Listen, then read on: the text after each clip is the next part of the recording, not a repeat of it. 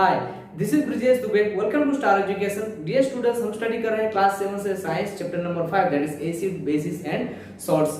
सो बच्चा लोग, ये इस चैप्टर का सेकंड लेक्चर है और इस लेक्चर के अंदर में हम स्टडी करने वाले हैं अबाउट बेसिस के बारे में। देखेंगे कि बेसिस क्या होते हैं, उनके हम टाइप्स देखेंगे, कुछ एग्जांपल्स भी देखेंगे और उनके यूजेस के बारे में भी स्टडी करेंगे। इसके प्रीवियस वाले लेक्चर के अंदर में हम एसिड्स के बारे में स्टडी कर चुके हैं स्टूडेंट्स। तो चलिए हम देखते हैं कि बेसिस क्या होते हैं, उनके एग्जांपल्स और सारी चीजें हम डिस्कस करते हैं। तो हम यहाँ पर स्टार्ट करने जा रहे हैं बच्चों, दैट इज बेसिस। आज का हमारा टॉपिक है और हम बेसिस के अंदर में पहला जो पॉइंट है उसको देखने जा रहे हैं। Some compounds are bitter to taste and soapy to touch. कुछ कंपाउंड्स बच्चा लोग कैसे होते हैं, हम उनको अगर टेस्ट करते हैं तो कैसे लगते हैं, बिटर लगते हैं, थोड़ा कड़वे टाइप के लगते हैं ना। और कैसे होते हैं, सॉपी होते हैं, मतलब आप उनको जब टच करते हैं ना तो एकदम सॉफ्ट की तरह लगते हैं, इस तरीके से लिसे से। सो ऐसे होते हैं, ठीक है। These chemicals are known as bases। और इन केमिकल्स को क्या कहा जाता है बच्चों लोग, इन्हीं केमिकल्स को बेस कहा जाता है, ठीक है। ये इनकी बेसिक प्रॉपर्टी है, किसकी, बेसिस की, ठीक है, बेसिस की बेसिक प्रॉपर्टी।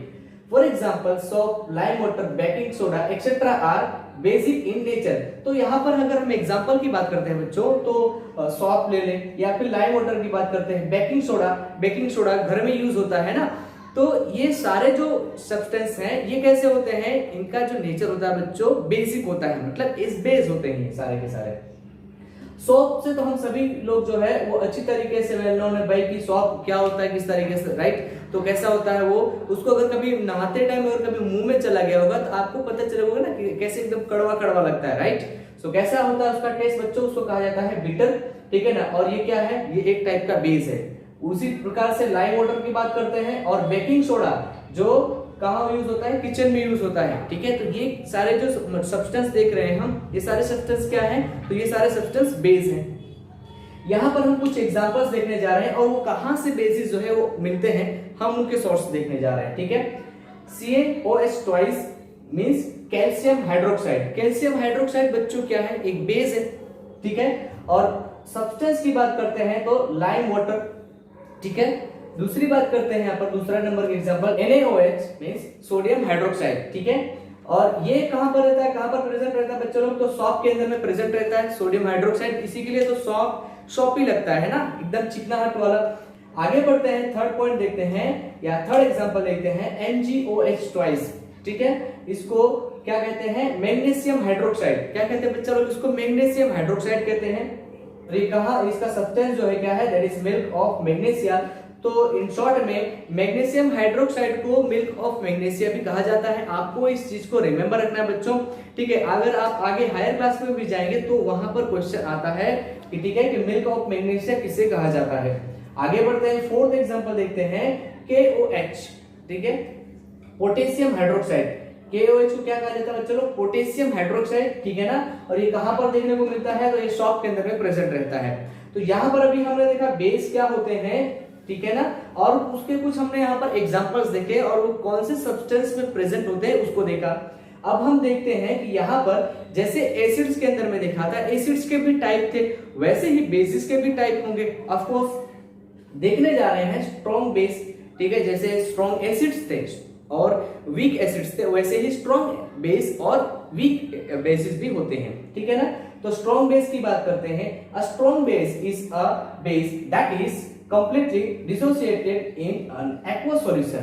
तो क्या होता है कि हम स्ट्रॉन्ग बेस किसको कहेंगे बच्चों लोग, स्ट्रॉन्ग बेस उसको कहेंगे कि जो बेस, ठीक है, जो बेस वाटर के अंदर में पूरी तरीके से डिसॉल्व हो जाए, तो उसको हम क्या कहेंगे, उसको हम कहेंगे स्ट्रॉन्ग बेस। दैट मीन कि 100% जो है वो आयोनाइज हो जाए, कितना, 100%, ठीक है, उसका आयोनाइजेशन हो जाना चाहिए। और जब इनको हम वाटर में जब हम डिसॉल्व करते हैं तो वहां पर बच्चों लोग क्या होता है, वहां पर OH नेगेटिव आयन जो है ये रिलीज करते हैं। क्या, कौन सा आयन, OH नेगेटिव आयन जो है ये रिलीज करते हैं, दैट इज हाइड्रोक्साइड। एग्जांपल की बात करते हैं NaOH और KOH। तो ये एग्जांपल्स हैं स्ट्रॉन्ग बेस के, किसके, स्ट्रॉन्ग बेस के। तो NaOH और KOH जो है वो स्ट्रॉन्ग बेस के एग्जांपल्स होते हैं बच्चा। जैसे हम बात करते हैं कि एसिड अगर हमारे हाथ पर गिर जाता है तो काफी ज्यादा हमको नुकसान होता है, हमारी स्किन बर्न हो जाती है। वैसे ही अगर स्ट्रॉन्ग बेसिस के भी हम टच में आते हैं तो भी हमको काफी ज्यादा प्रॉब्लम्स होती है। सो अवॉइड करना है आपको डायरेक्टली किसी भी एसिड या बेस को टच करके या टेस्ट करके नहीं देखना है, ठीक है। हम उनको किस तरीके से टच कर सकते हैं या किस तरीके से उनको हम टेस्ट कर सकते हैं, ये हम सारा नेक्स्ट लेक्चर के अंदर में ऑलरेडी स्टडी करने वाले हैं बच्चों। और अगर आपने चैनल पर अभी नए हैं, चैनल को अभी तक सब्सक्राइब नहीं किया है तो चैनल को सब्सक्राइब कर लीजिए। चलिए तो हम आगे बढ़ते हैं बच्चों, देखते हैं कि वीक बेस किसे कहा जाता है, right. A weak base only partially dissociate into its ion in water. तो वीक बेस का क्या होता है, तो पार्शियली, सब पूरी तरीके से नहीं, 100% नहीं, बट कैसा पार्शियली डिसोसिएट होता है किसके अंदर में, वाटर के अंदर में। मींस ये जो हाइड्रोक्साइड आयन है ये लेस आयन रिलीज करते हैं, जबकि स्ट्रॉन्ग बेसिस जो होते हैं, स्ट्रॉन्ग बेसिस ज्यादा आयंस को रिलीज करते हैं। जितने ज्यादा OH आयंस रिलीज करता है जो, वो स्ट्रॉन्ग बेस माना जाता है, और जो जितने कम OH आयंस रिलीज करता है उसको वीक बेस माना जाता है। वीक एग्जांपल की बात करते हैं बच्चों, दैट इज NH4, जिसको हम एमोनिया कहते हैं। व्हाट इज इट, NH4, ठीक है। आगे बढ़ते हैं, एक स्पेशल टाइप का बेस आता है दैट इज अल्कली। इसको स्पेशल टाइप का बेस इसके लिए कहा जाता है, क्यों, क्योंकि basis which dissolve in water are called alkali, ठीक है। तो अल्कली भी बेस ही है, मींस बेस, जो बेस वाटर के अंदर में एकदम आसानी से 100% जो डिसॉल्व हो जाता है उसको हम क्या कहते हैं बच्चों, उसको हम अल्कली कहते हैं। तो अगर कहीं अल्कली वर्ड आता है तो कंफ्यूज नहीं होना है, अल्कली मतलब क्या होता है, वो भी बेस ही होते हैं। इतनी सी आपको समझ में आया बच्चों लोग, बेसिस, उसके कुछ एग्जांपल्स कहां से ऑब्टेन होते हैं, strong base, weak base, alkali. अब हम आगे बढ़ते हैं, ठीक है। प्रॉपर्टीज ऑफ बेस देखते हैं। जैसे हमने एसिड्स की प्रॉपर्टी देखी थी, वैसे ही बेसिस की प्रॉपर्टी देखने जा रहे हैं, ठीक है। पहली प्रॉपर्टी देखते हैं, they are bitter in taste. तो इनका टेस्ट कैसा होता है, बिटर, ये तो अभी हमने यहां पर भी आगे देख गया, बट ये हम प्रॉपर्टी में इसको इंक्लूड कर रहे हैं। आपको डिफरेंस भी पूछा जाता है किसका, एसिड और बेसिस का, तो आप ये प्रॉपर्टीज वहां पर लिखेंगे, ठीक है। आगे बढ़ने जा रहे हैं बच्चा लोग, सेकंड पॉइंट देखते हैं, they are slippery in texture. तो इनका टेक्सचर कैसा होता है बच्चे लोग, स्लिपरी होता है, मतलब कहने का कि स्लिपी होते हैं, है ना। जैसे अभी हमने शुरुआत में बात की, सॉप ले लो, सॉप को इस तरीके से करो, थोड़ा सा पानी डाल के, कैसा लगेगा, एकदम स्लिपी लगेगा ना। तो वैसे ही इनका टेक्सचर कैसा होता है, तो स्लिपरी होता है। थर्ड पॉइंट देखने जा रहे हैं बच्चों, थर्ड पॉइंट क्या कहता है, दे कंटेन हाइड्रोक्साइड आयन। इनमें हाइड्रोक्साइड आयन होता है बच्चों, OH नेगेटिव आयन होता है, जो कि अभी हम यहाँ पर देख चुके हैं, ठीक है। इज द मेन कंस्टिट्यूएंट, और मेन कंस्टिट्यूएंट में कौन सा होता है, हाइड्रोक्साइड आयन। और एसिड में कौन सा था, H+ आयन, हाइड्रोजन, है ना, H+ आयन था। और इसमें क्या होता है, OH नेगेटिव होता है, वहां पर H+ होता है, ठीक है। आगे बढ़ते हैं, turn litmus paper blue and phenolphthalein pink. तो ये क्या करता है, लिटमस पेपर जो रहता है उसको, रेड लिटमस पेपर को ब्लू में कन्वर्ट करता है, इसमें रेड को ब्लू में कन्वर्ट करता है बच्चों। और फिनोल्फथालीन जो रहता है उसका कलर जो है पिंक बना देता है, क्या बना देता है, पिंक। ये सारा कुछ हम आगे भी स्टडी करेंगे, बट आपको इसकी प्रॉपर्टीज में इतना तो लिखना ही पड़ेगा। एग्जाम के अंदर में क्वेश्चंस आते हैं बच्चों लोग, खास करके प्रॉपर्टीज पूछी जाती है, या तो फिर एसिड और बेस के बीच का डिफरेंस पूछा जाता है, ओके।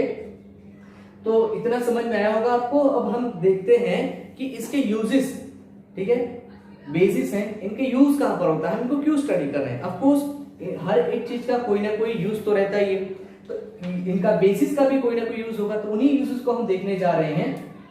पहला यूज देखने जा रहे हैं, स्लैग लाइम। स्लैग लाइम को, ठीक है, क्या कहा जाता है, calcium hydroxide, that is CaOH twice. इसको हम कैसे करेंगे, CaOH ट्वाइस, दो लगा हुआ है, क्या कहेंगे उसको, ट्वाइस कहेंगे, ठीक है ना, कैल्शियम हाइड्रोक्साइड, ठीक है। और quick lime that is CaO, calcium oxide. CaO means calcium oxide, Ca means calcium, और ऑक्सीजन लगा, दैट इज ऑक्साइड, ओके।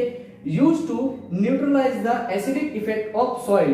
तो बच्चा लोग, इनका यूज होता है कि जो सॉइल के अंदर में अगर सॉइल जो है वो एसिडिक हो गई है, ठीक है, मान लीजिए कि कहीं पर एसिडिक रेन है, बारिश हुई, या फिर उसमें कुछ मटेरियल्स जो है ऐसे ज्यादा ऐड करते गए, या फिर हम फर्टिलाइजर्स ऐड करते गए और वो सॉइल जो है एसिडिक हो गई, तो ऐसी सॉइल के अंदर में क्रॉपिंग नहीं की जा सकती है, खेती के लिए बिल्कुल भी उपयुक्त नहीं होती है ऐसी जमीन।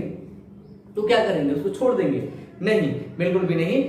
तो हम क्या करेंगे, हम यहाँ पर स्लेट लाइम का यूज करेंगे या तो फिर क्विक लाइम का यूज करेंगे। इनका यूज करने से बच्चों को क्या होता है कि वो जो एसिडिक सॉइल रहती है ना वो न्यूट्रलाइज हो जाती है। न्यूट्रलाइज का कहने का मतलब है ना कि वो एसिडिक है ना ही वो बेसिक है, ठीक है ना, वो मीडियम है। तो अब ऐसी सॉइल में हम आसानी से खेती कर सकते हैं। तो ऐसे सॉइल के अंदर में इनका यूज किया जाता है ताकि वहां पर जो एसिडिक मटेरियल है वो न्यूट्रलाइज हो जाए और वो जो सॉइल है उसको हम यूज कर सके खेती के लिए, ठीक है। आगे बढ़ते हैं, इसका नेक्स्ट यूज देखते हैं बच्चों लोग, used in prevention of tooth decay. तो टूथ डिके में भी इनका यूज होता है। अब आप सोचोगे कि टूथ डिके में इनका किस तरीके से यूज होता है।